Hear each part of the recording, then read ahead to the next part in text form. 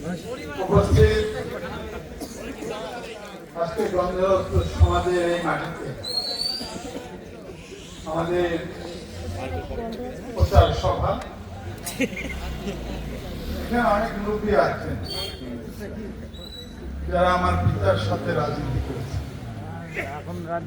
এখানে অনেক ভাই আছেন যারা আমার সাথে রাজনীতি করছেন। আমি সকলকে, আমার মা বোন ভাই বন্ধু মুরব্বীদের জানাই সালাম, আসসালামু আলাইকুম ওয়া রাহমাতুল্লাহি ওয়া বারাকাতুহু। দীর্ঘ সংগ্রাম আমরা করেছি, অনেক লড়াই, অনেক জীবন, অনেক জেল জুলুম, সব কিছু লড়াইয়ের মধ্যে দিয়ে আমরা সিদ্ধান্ত নিয়েছি মেহেরপুরে রাজনীতি আর কখনো প্রতিশোধ এবং প্রতিহিংসার রাজনীতি আমরা হতে দেব না। আমরা কেন সিদ্ধান্ত নিলাম? এই শীতের রাতে আমাদের শত শত নেতা কর্মী মাঠে গিয়ে ঘুমাইছে। সেই অভিজ্ঞতা থেকে আমরা বুঝেছি যে আমরা যদি প্রতিশোধের রাজনীতিকে জারি রাখি, চালু রাখি, দিন বদলালে আবারও সেই রাজনীতির শিকার আমাদের হতে হবে। তাই পরিষ্কার ভাবে বলতে চাই, সকলে মনে রাখবেন, দল মত নির্বিশেষে ভোট দেওয়ার সিদ্ধান্ত আপনার, ভোট দেওয়ার সিদ্ধান্ত আপনার। আমার মা বোনদের মাসুদুরকে পছন্দ হলে, আমি জানি না, আজকে এক মুরব্বী মুনাখারিতে আমাকে বলছে, বাপ তোকে ভোট দিলাম 2001, এখনো ফকিরি থেকে গেলে। কথা বলছেন? আর বয়স তার বয়স কমসে কম 80 হবে। উনি বলছেন 2001 সালে তোকে ভোট দিয়েছি, আবার ভোট দেবো ইনশাআল্লাহ, কিন্তু তুই তো ফকিরি থেকে গেলি। কেমন? আলহামদুলিল্লাহ, আমি মনে করি এটা আল্লাহর রহমত। আমি গ্রামে গেলে বাচ্চা ছেলেরা আমার পিছন পিছন মনে করে ছেলে ধরে এসছে, কেউ মনে করে পাগল এসছে। কথা বোঝেন? আমি অত্যন্ত আনন্দিত হই। এই সুযোগ কয়জনের ভাগ্যে জোটে? কথা বলেন, কয়জনের ভাগ্যে জোটে? এবং এটা আমি বলি আল্লাহর রহমত।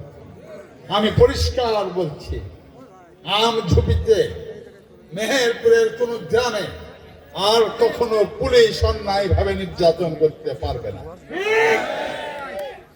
আমরা দল মত নির্বিশেষে মানুষের অধিকার প্রতিষ্ঠার যে সংগ্রাম করেছি, সেই সংগ্রামের অংশীদার হবে এ অঞ্চলের সকল মানুষ।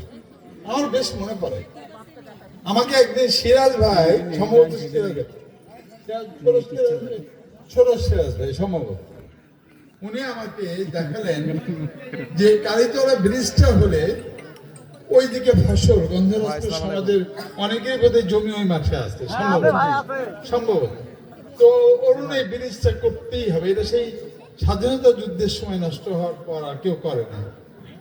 আমি মেহেরপুরে এরকম অজস্র 30টা বড় বড় ব্রিজ করেছি, অনেক রাস্তা করেছি। আমি দেখলাম এটা যেহেতু গঞ্জরস্পুর সমাজের ব্যাপার, যে সমাজের প্রতি আমার বাবার একেবারে গভীর ভালোবাসা ছিল, যে সমাজ আমার বাবাকে আজন্ম লালন পালন করেছে, এবং আমার মোস্তফা চাচা, আল্লাহ তাকে জান্নাতবাসী করুন, উনি আমার বাবার সাথেই ছিলেন। কেমন? মানুষের জীবনে ভুল ত্রুটি থাকবে, আমার জীবনে ছোট ছোট ভুল ত্রুটি থাকতে পারে, কিন্তু এই মানুষগুলি কিন্তু এই বিএনপির প্রতিষ্ঠাতা। এই যে এই এনামুল হক কাদামি, এই মোস্তফা সাহেব, আজকে আমি সাইফুলের নেতা, কেমন? আপনারা নেতা, কিন্তু প্রতিষ্ঠাতা, এই দলের প্রতিষ্ঠাতা কিন্তু তারাই। আমরা তার উত্তরাধিকার হিসাবে, সন্তান হিসাবে এই দলের দায়িত্ব ভাগ গ্রহণ করে। আমি যে কথাটা বলতে চাই, যে আজকে এই বক্তৃতা দেওয়ার সময় আমি যদি বলি আপনারা হাত তোলেন, তো ধানের শীষে ভোট দেবেন কিনা? না, আমি হাত তুলতে বলবো না। কারণ ওয়াদা রাজনীতি আমরা বিশ্বাস করি না। তার কারণ ব্যালট বাক্সের সামনে আমি থাকবো না, ব্যালট বাক্সের সামনে থাকবেন আপনি, আপনি যদি আমার প্রতি ভালোবাসা রাখেন, আমি জানি না ফকির বলে কি ভাবছেন, কি বলেন, যাই হোক, যদি আমার প্রতি ভালোবাসা দেখান তবেই কেবলমাত্র আমার ভোট পাওয়া সম্ভব। তাই ওয়াদার রাজনীতি আমরা করব না। আমরা শুধু সবসময় আমার নেতা কর্মীকে আমরা বলেছি, ভোট পাওয়ার একমাত্র পথ মানুষের সাথে ভালো আচরণ করা, মানুষের সাথে বিনয়ী ব্যবহার করা এবং মানুষের বিপদে সবচেয়ে কাছে যাওয়া।